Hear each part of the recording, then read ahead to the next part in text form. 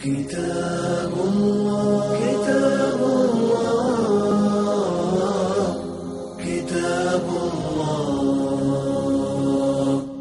كتاب الله كتاب الله كتاب الله كتاب الله كتاب الله. الحمد لله رب العالمين والصلاة والسلام على رسوله الكريم. أما بعد فأعوذ بالله من الشيطان الرجيم. بسم الله الرحمن الرحيم. ألم يجدك يتيما فآوى ووجدك ضالا فهدى ووجدك عائلا فأغنى. These three ayat of Surah Al-Duha are miraculous, that they describe 14 years of the holy life of Rasulullah sallallahu alaihi wasallam in brief. Rasulullah sallallahu alaihi wasallam was born at Mecca during the year of elephants, Amul Fil. A governor of Yemen got jealous with the Baitullah at Mecca, that people visit Baitullah from all around. So he built a church in Yemen, inviting people from all around to visit that church, but nobody did. He was angry and he decided to demolish the Baitullah. But when he was near Muzdalifah, Allah Almighty smashed him by sending small birds carrying stones, which were showered onto the army like missiles. And he, with his force and the elephants, was smashed there and then. During this year, Rasulullah sallallahu alaihi wasallam was born in the month of Rabiul Awwal.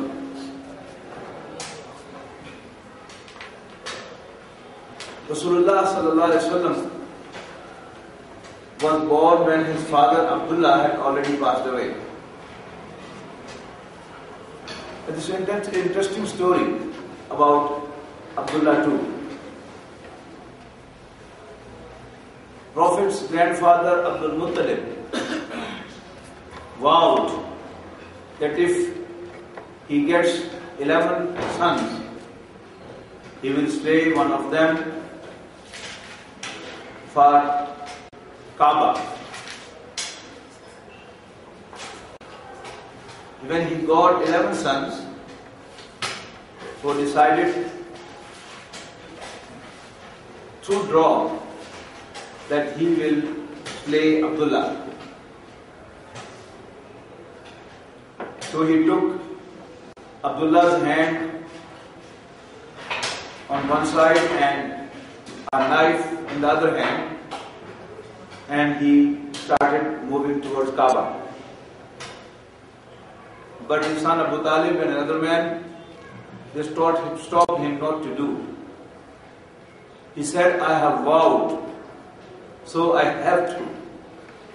They suggested that you should consult some religious authority if he can guide you in this connection. So Abdul Muttalib decided to do accordingly. Then a religious person advised him that instead of slaying Abdullah, you should give the sacrifice of a few camels, and suggested to draw between Abdullah and 10 camels. If the option is Abdullah, then go for 20 camels versus Abdullah, until you get a draw for certain number of camels. So he first did 10 versus Abdullah, it was Abdullah. He did 20 versus Abdullah, it was Abdullah. He did 30 versus Abdullah, it was Abdullah. So until he raised the number of camels to 100. Now when he had a draw between Abdullah and 100 camels, the draw was in favor of 100 camels. So 100 camels were slain instead of Abdullah. So Abdullah would survive. How would he be slain?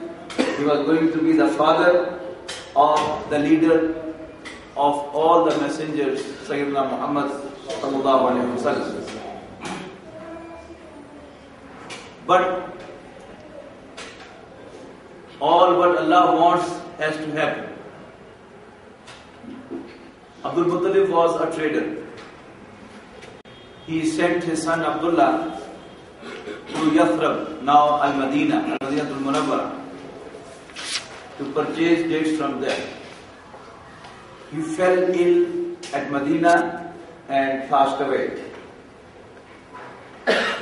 After he had passed away, Rasulullah sallallahu alaihi wasallam was born. Allah Almighty says in this ayah, Alam yajidka yatiman fa'awa.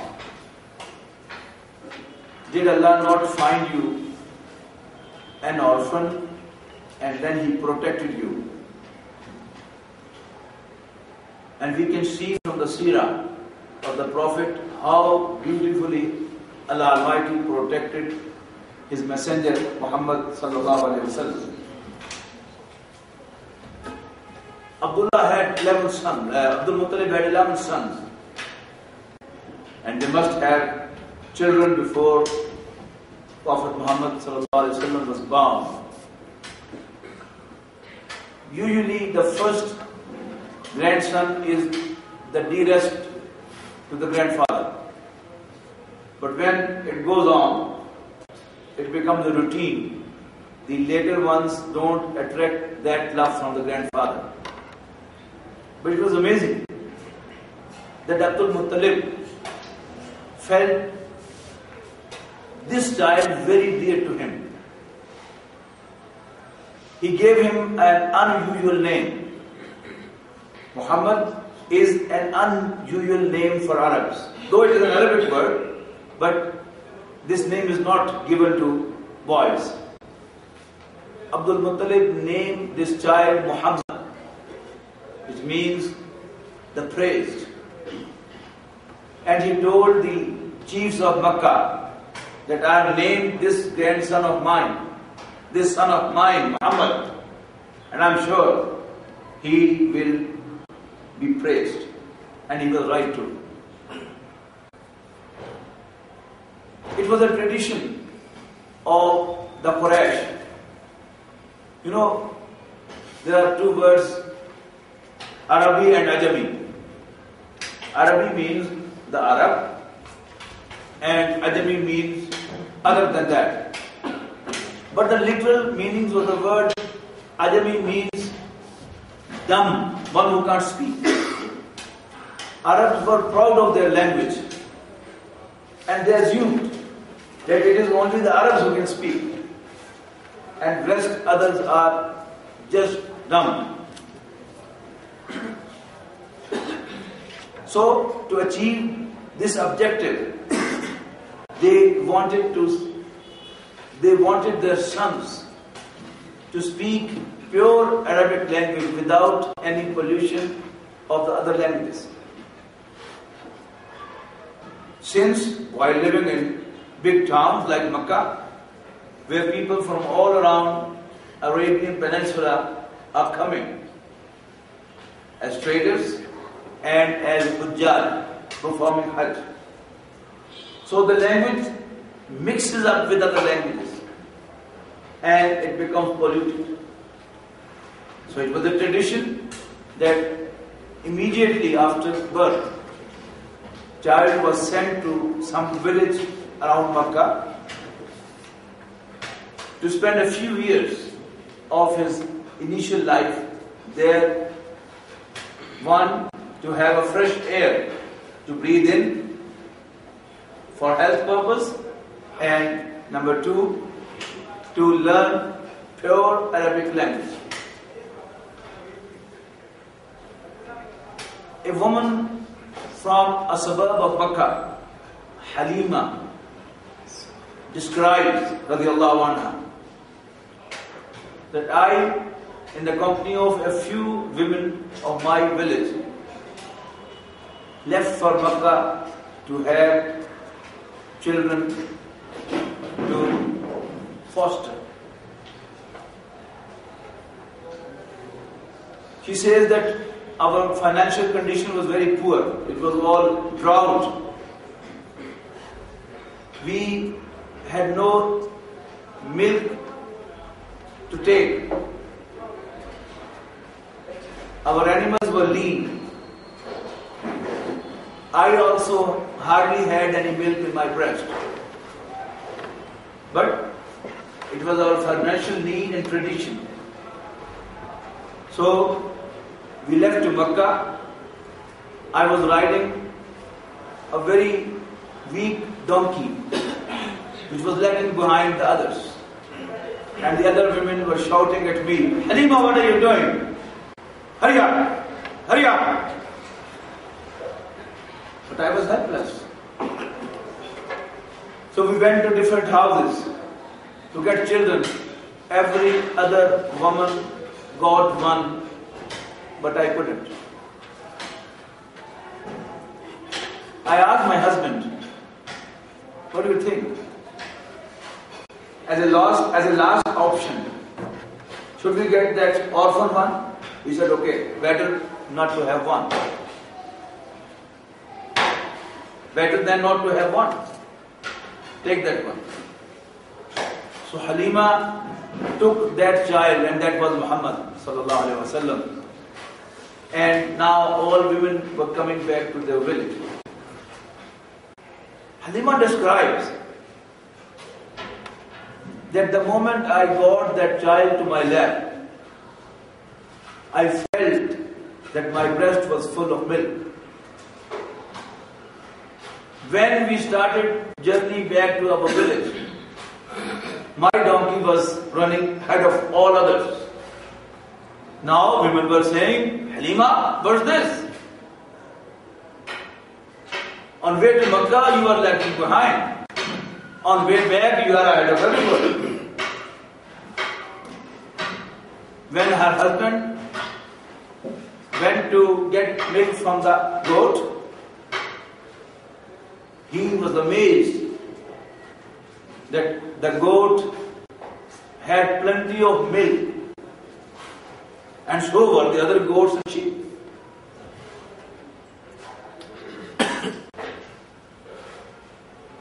The goats of Halima, they were giving milk, and those of other people were not giving milk. And they were shouting at their shepherds,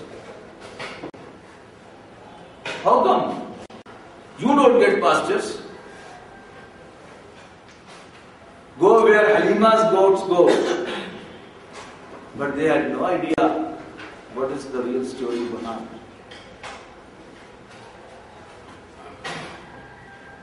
Halima was amazed to have this child.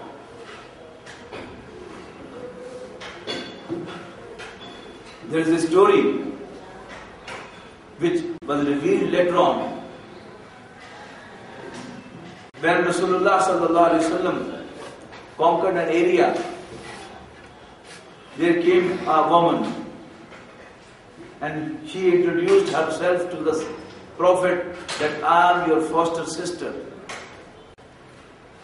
I used to live with Halima too. She was my foster mother, and showed a sign that when you were young and I was young, you had a bite on my finger, like the children do. And this is the sign the Prophet ﷺ recalled, and he said, yes, you are right. So, when he was 4, Halima brought Muhammad to his mother to give the child back to her. But she says, I don't want to. So she engaged his mother that, what do you think? Should I keep Muhammad with me for 2 other years so that he can absorb more of the fresh air and enjoy and play in the village? His mother Amna agreed, and Halima went with Muhammad for another 2 years. But after 1 year, she saw strange things happen with him. And the children of the village told that this and this happens to Muhammad because he was a very special child. She was afraid, and she was scared, and she immediately dropped Muhammad to his mother. Now he was 5. Next year, when he was 6, his mother decided, with consultation with his grandfather Abdul Muttalib, to take the child to Medina to visit the grave of his father.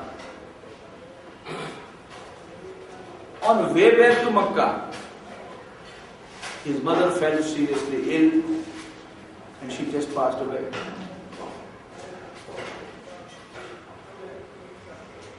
His mother was lying dead, and young Muhammad was crying besides her body and asking her, Mom, why don't you speak? Mom, why don't you speak? Why don't you speak? So from the very beginning, Prophet Muhammad ﷺ had to suffer griefs, problems. Now, Rasulullah ﷺ was in direct supervision of his grandfather Abdul Muttalib. And as I mentioned, Abdul Muttalib felt a very special love for this grandson. It was a tradition that all the chiefs of Makkah, they used to have their rugs around Kaaba in Haram. And Abdul Muttalib, he was a big gun of Makkah.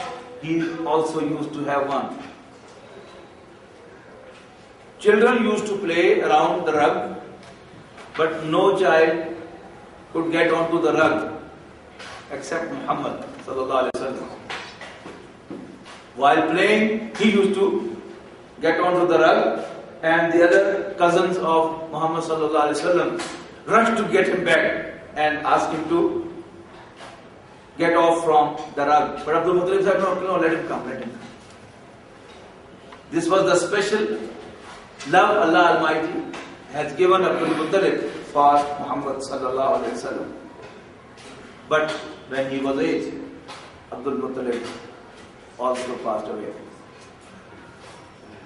Now, according to the tradition, young Muhammad sallallahu alaihi wasallam was in direct custody of the family Banu Hashim. Banu Hashim, after Abdul Muttalib, was led by one of his sons, Zubair, a well-to-do noble man, but soon he passed away. Then finally, the leader of Banu Hashim was Abu Talib. Abu Talib was an ideal and classical head of the family. How he was the classical head and traditional head of the family, I'll explain later. Abu Talib did not support Rasulullah sallallahu alaihi wasallam financially, but he did supervise him, directed him to ways to earn. Rasulullah sallallahu alaihi wasallam described that I have been acting as a shepherd for such and such tribe against a few pennies. And you can very well imagine how tough it was to do this job at Makkah, where the temperature goes up to 50 degrees centigrade. Rasulullah sallallahu alaihi wasallam was in a very poor financial condition. He didn't have shoes to wear, and sometimes he had to eat from the leaves of the trees instead of food. This was the hardest time Rasulullah sallallahu alaihi wasallam went through during the early age of his life. But when he grew up, Abu Talib introduced Muhammad sallallahu alaihi wasallam to the business profession. As he was not a rich man, so he couldn't do his own business. He used to work for others. And as Sheikh Mubarak Puri says, writes in his famous book Ar-Rahiq al-Makhtoom, that he used to work on commission basis. He used to go with the merchandise of others, sell them out, and he used to have some share from the income.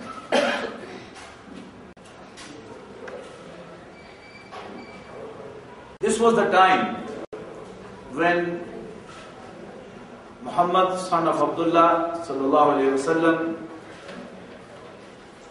earned a different reputation. People found out that this young man from Banu Hashim, he is a different salesman than all others. He tells the shortcoming of his product first, of his merchandise first, and then puts it to sale.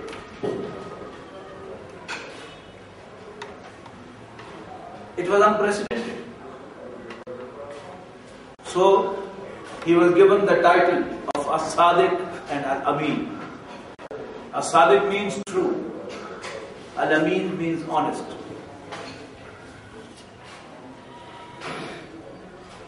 Rasulullah sallallahu alaihi wasallam was now recognized as an honest and trustworthy salesman.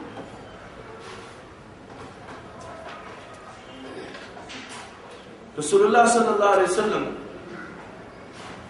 because of this reputation, was invited by the richest woman of the town, Khadija bint Khuwailid radiyallahu anha, to go with her merchandise, and Rasulullah sallallahu alaihi wasallam responded positively. She attached one of her slaves too with Muhammad, with special instructions to observe him deeply.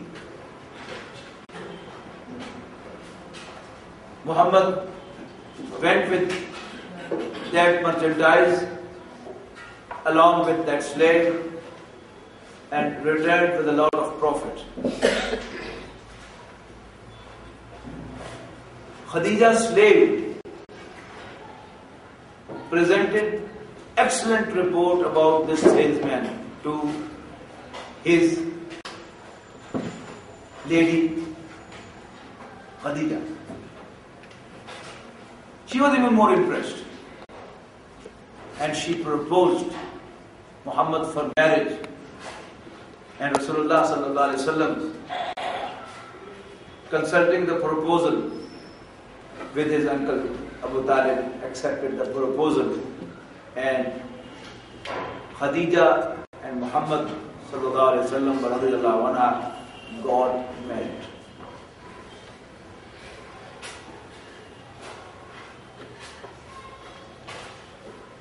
Khadija proved to be the excellent wife of Rasulullah sallallahu alaihi wasallam, because when he got the office of the Messenger of Allah, she turned to be the first to recognize him and accept him as Allah's messenger and to believe in him as Rasulullah sallallahu alaihi wasallam. We are talking about Alam Yajidka Yatiman Fa'awa. Let's go a step further.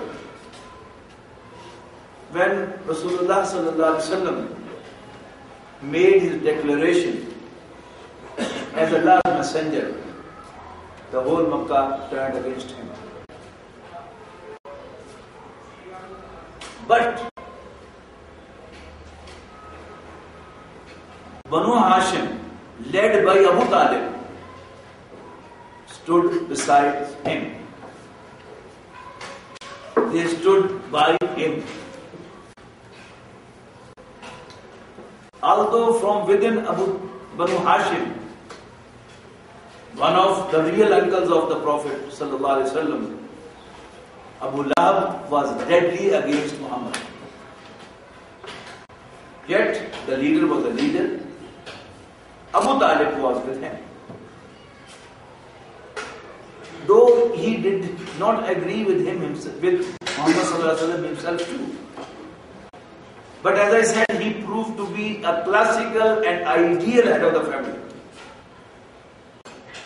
According to family tradition, you would see even here now that in the families which still are intact and they have a head of the family,